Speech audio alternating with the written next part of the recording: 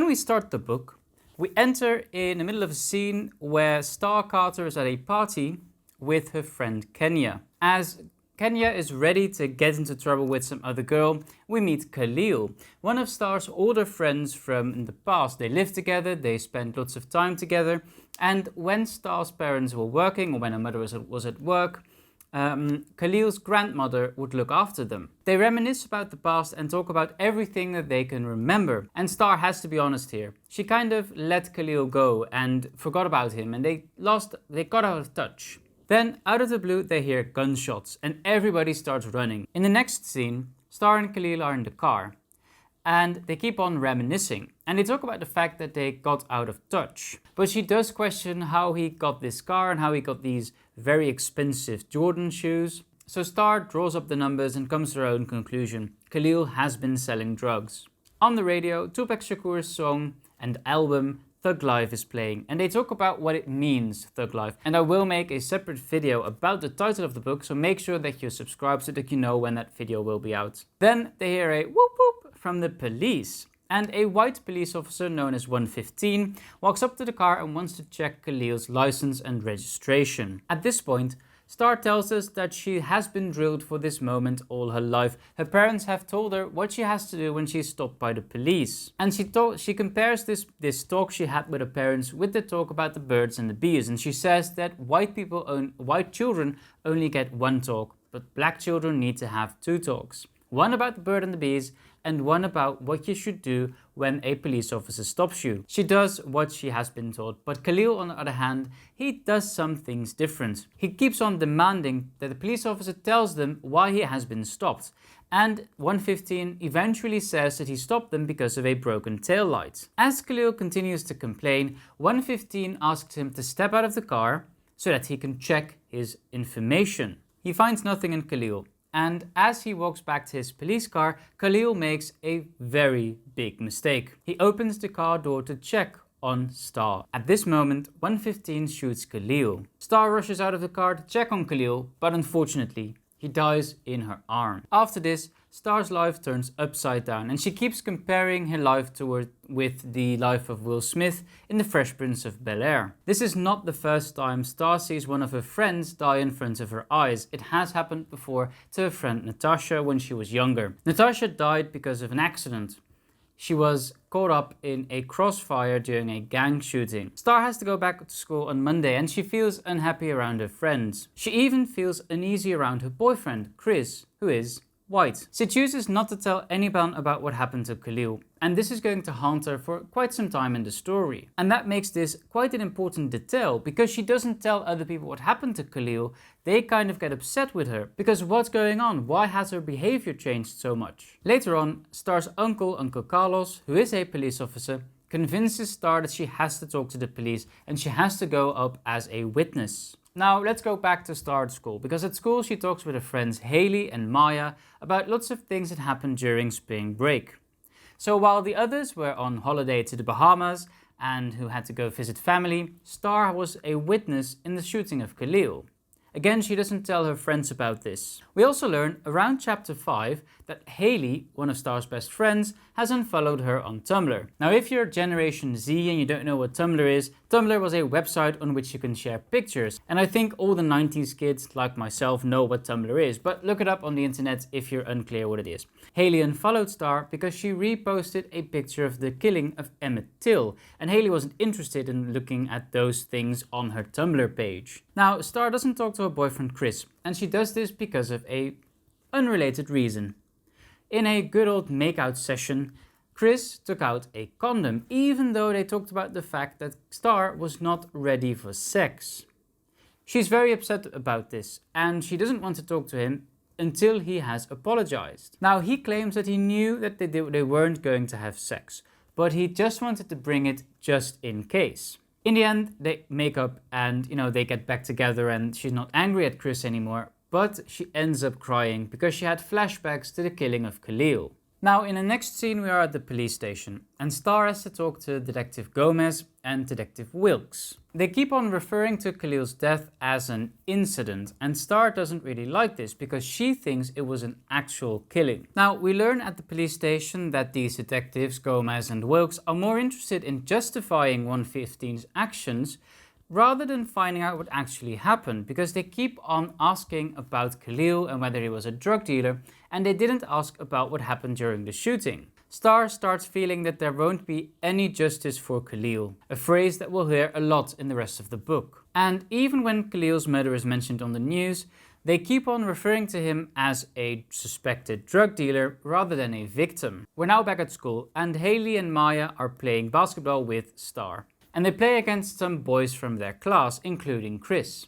As Chris scores, Haley tells Starr that she has to chase the ball as if it's fried chicken. Starr gets very upset because of this racist remark, and she runs back to the locker room. Haley and Maya follow her, and Haley goes all berserk asking what happened and why she's acting that weirdly. Starr wants to know why Haley made that joke because she felt that it was a racist remark. But Haley claims that it was fried chicken day at school and that she likes fried chicken, so that it was only a very pleasant and funny joke. Starr gets angry and accuses Haley of racism. After some investigation, they found out that it's the anniversary of Natasha's killing. But Haley claims that even though it is the anniversary of Natasha's killing, that doesn't justify the fact that Starr calls Haley a racist. Starr starts sobbing, and their PE teacher sends her to the therapist, but instead of going to the therapist, she calls Uncle Carlos and claims that she has menstrual cramps, and he picks her up and takes her out for ice cream. In chapter 8, we're at Khalil's funeral. Pastor Eldridge leads the service, and there's room for praise and worship. Khalil's high school friends share some stories about their friendship and their time together, and Starr doesn't even recognize these stories, so she starts questioning their friendship.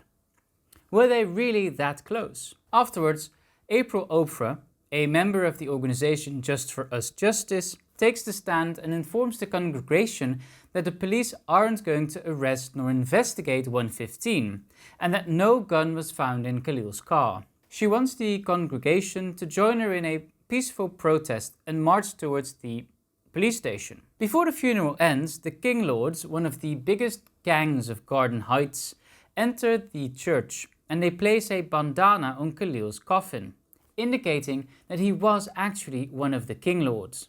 After the funeral, before Starr leaves, Miss Oprah comes up to her and asks her whether she can represent Starr in the investigation as they take the police officer to trial. This is very important because she wants Khalil's case to get national attention. Now, not only the case gets national attention, even Garden Heights, the village in which they live, get national attention because of riots. Maverick, Starr's father, is the owner of one of the shops in Garden Heights next to the barber shop, and he decides to stay at his shops during the riots. Now at school, things are also starting to get loose. Now, it's important to mention that Starr doesn't go to school in Garden Heights. She goes to Wilkinson High, which is kind of like a private school outside Garden Heights.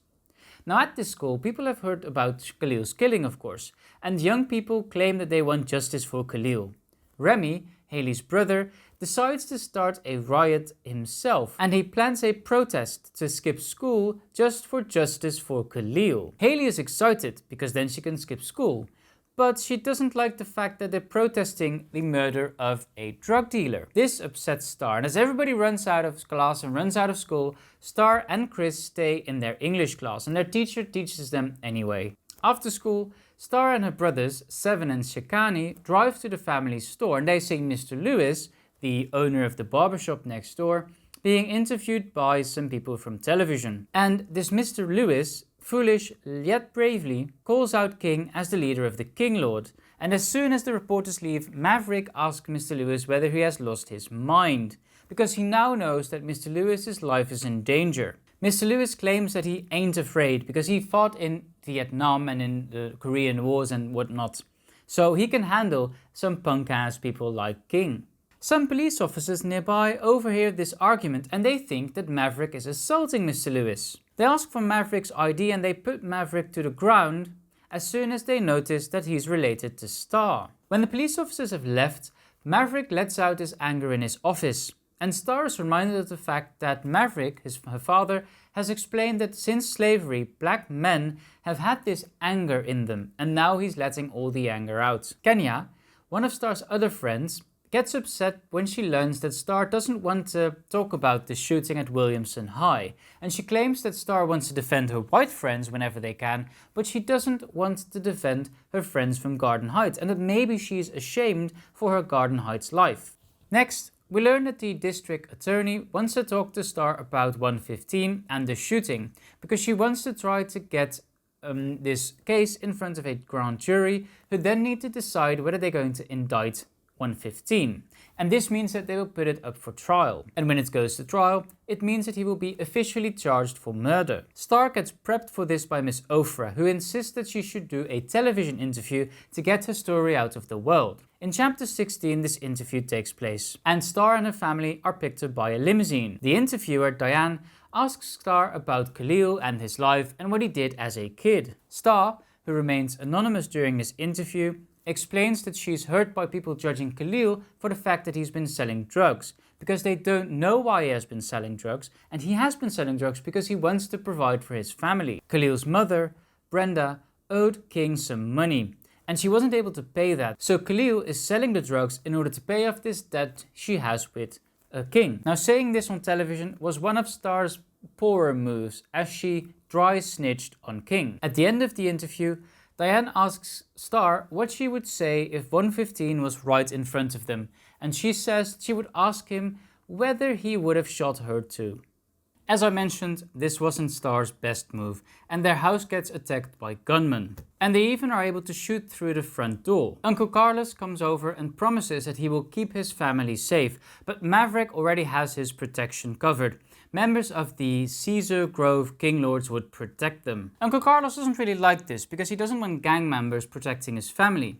A discussion starts between Uncle Carlos and Maverick, and he storms out after asserting that he was the one looking after their family when Maverick was in prison, which is something very interesting I'll talk about in the character video. Now we're now at the law court, and Starr has to speak to the grand jury. Miss Ofra takes her there, and she has to speak to them for about 3 hours. Now, just to fast forward in time, and this is a spoiler, they decide not to indict 115, and this has major consequences for the rest of the story. Now, meanwhile, as we're waiting for the verdict that in the end they won't indict 115, Haley accuses Starr of being a liar. Haley takes out a photograph from Starr's 12th birthday, and they can see that there is this extra person in the picture, and Haley points out that this looks a lot like Khalil. This ends in a massive argument between Starr and Haley, and they accuse each other of lots of things back and forth, and this fracas ends with Starr and Haley fighting and security officers pulling them apart. They all receive a 3-day suspension, and I think it's safe to say that at this point, Starr and Haley's friendship is over. In chapter 21, Uncle Carlos hosts a barbecue to celebrate Seven's birthday and his graduation. Now, it's important to mention that Uncle Carlos does not live in Garden Heights, he lives in the suburbs. So Maya, one of Starr's other friends, and Chris, her boyfriend, are going to attend this barbecue. And this is major, because this would be the first time Starr's two worlds collide. The situation at the party becomes even worse, as Isha, Seven's mother and King's lover, turns up at the party and starts questioning why she wasn't invited to his celebration. He bellows that she is not acting as a good mother, and that he is trying to protect her against King, and she keeps going back. He storms back inside to enjoy the rest of his party, and Isha leaves the premises. We're now 13 weeks after Khalil's killing, and Miss Ofra calls Starr to inform her that the grand jury will announce their decision today. In the end, we know that they decide not to indict 115. Starr is at Chris's, and they do whatever teenagers do when their parents aren't home. However, everything gets disrupted when Starr gets a call from Seven, because they can't find Devante, one of their friends who has been working at Maverick's store. They drive over to Isha's house to find Devante laying on the ground bleeding. Isha, Seven's mother, shows up, and she claims that Devante probably deserved this beating, and that everybody who helps him also deserves a beating, especially Starr. She says that they should take him out of the house and get out before King finds out that they're there, and she goes back to King and starts flirting with him just to distract him. Starr realizes that she's distracting him. and that she's actually protecting the children, as King would be absolutely furious when he finds out that Devante has left. Seven tries to go back to protect his mother, but Starr reminds him that Isha should be protecting him and not the other way around. As the children drive back to Seven's grandmother's house, they see that riots have started all over Garden Heights. Now Starr feels empowered and she feels that she has to fight for something, but as soon as she sees that they're actually rioting and looting stores, she knows that this is not what she wants.